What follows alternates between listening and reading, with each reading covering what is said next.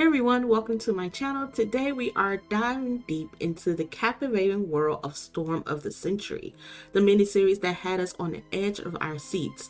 I'm your host Selena, and in this video we'll be analyzing the enigma behind the town's fateful decision and exploring the mind-blowing theories that left us questioning everything. So make sure you hit that subscribe button and the notification bell to join our growing community. The miniseries dives into the human psyche, exploring themes of morality, sacrifice, and the lengths people are willing to go to protect their loved ones. As the situation escalates, the town becomes a pressure cooker of emotions, leading to shocking revelations and heart-wrenching decisions that will forever change the lives of the residents. Mike Anderson, the constable of the isolated Maine island, Little Tall Island, is facing the toughest challenges of his career. Not only is a devastating winter storm bearing down on his community, but it brings with it one Andre Lenoge, a sinister stranger. Lenoge, who may just be the devil incarnated, has an uncanny knowledge of all of the town's dark secrets, and he uses that knowledge to drive some of the locals to murder and suicide. With each horrific event, Lenoge repeats his demand, "Give me what I want and I'll go away." What he wants, however, is more horrifying still. Storm of the Century was not just an ordinary miniseries, it was a roller coaster of emotions, unexpected turns. And to start, let's unravel the enigma behind the town's fateful decision. As the storm approaches, tension escalating, the residents find themselves facing an unimaginable moral dilemma. The heart of the matter lies in the town's struggle to make a life-altering choice. Should the sacrifice of one of their own to save the rest? This decision alone reveals the complexity of human nature and the lengths people will go to protect their community. Who is the Enigma stranger that arrives with the storm?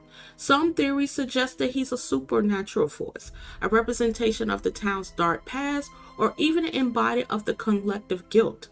We'll examine each theory and its supported evidence to find the most plausible explanation. Witnesses claim to have seen the stranger disappear and reappear mysteriously, seeming defying the laws of physics. Unexplained paranormal occur when he is nearby, such as objects moving on their own or unexplained sounds in the distance. The storm's intensity and sudden arrival coincide with his appearance, reinforcing the idea of otherworldly influence. Some older residents recognize a striking resemblance between the stranger and the figures from Oak Ridge history, particularly these associated with dark events. He possessed knowledge of long-forgotten incidents and details that are only known to a selected few, suggesting an intimate connection of the town's past. Lenoge, an air of mystery with malevolence, making him captivating and terrifying antagonist. His supernatural powers, coupled with his knowledge of the town's darkest secrets, add to his enigma presence. There were some fan theories that Andre Lenoge may be Randall Flagg from The Stand, but I highly doubt it. I think they both are part of some type of mythology. The revelation of Lenoge's past and his centuries-old existence remains true in ambiguity. His cryptic reference to witnessing humanity's darkest moments and his name's connection to the biblical legion hint at a malevolent entity with a long and sinister history. The stranger's uncanny knowledge about the town's past deeds suggested deep connection. Could he just be seeking justice or visions for long-buried sins? At its core, Storm of the Century is a profound explanation of human nature and our choices when facing with the unmanageable evil.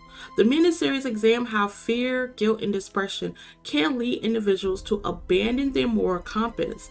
Each character reaction to Lenoge's demand reflects an inner struggle and vulnerabilities, showcasing the complexity of human behavior under extreme circumstances. With Mike and the rest of the men that were at the station, I like how the men including Mike and Hatch, both agree that the prisoner is not human because they see and hear the things he was doing that are related to the murders. Just like Hatch told Mike, the prisoner wanted to get caught. He wanted to go to jail, but no one didn't know at the time what Mr. Lenoge wanted. I thought it was crazy how Robbie suggested to Mike that they should kill him and no one would know and it would be the town secret. And then right after that, Mike's wife, Molly, suggested the same thing. And the look on Mike's face was a surprise compared to Robbie because Robbie is obnoxious, don't listen, and don't care. But Mike sees her as innocent because he can't believe she said that. Mike doesn't want to hurt Lenoge. He's trying to figure out who he is and what he wants. Until later on in the miniseries, Michael finds out that Mr. Lenoge's real name is Legion and what he actually wants. So we know that Mr. Lenoge wants in the town hall meeting, which is a child to raise as a protege.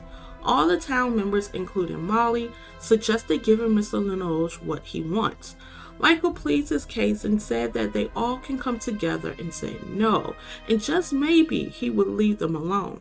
When I first watched this miniseries for the first time, I just know that Lenoge would choose Ralphie as his protege. All the signs were there, from when he seen Ralphie from the first time to when he gave him the marbles in the closet. I always wondered, do Lenoge already knew what child he wanted? If it was a trick, as Molly said, I think he wanted Ralphie from the start. If anything, I think Ralphie was more attracted to him by virtue of being Mike's son, with Mike being the most decent and moral, upstanding person on the island.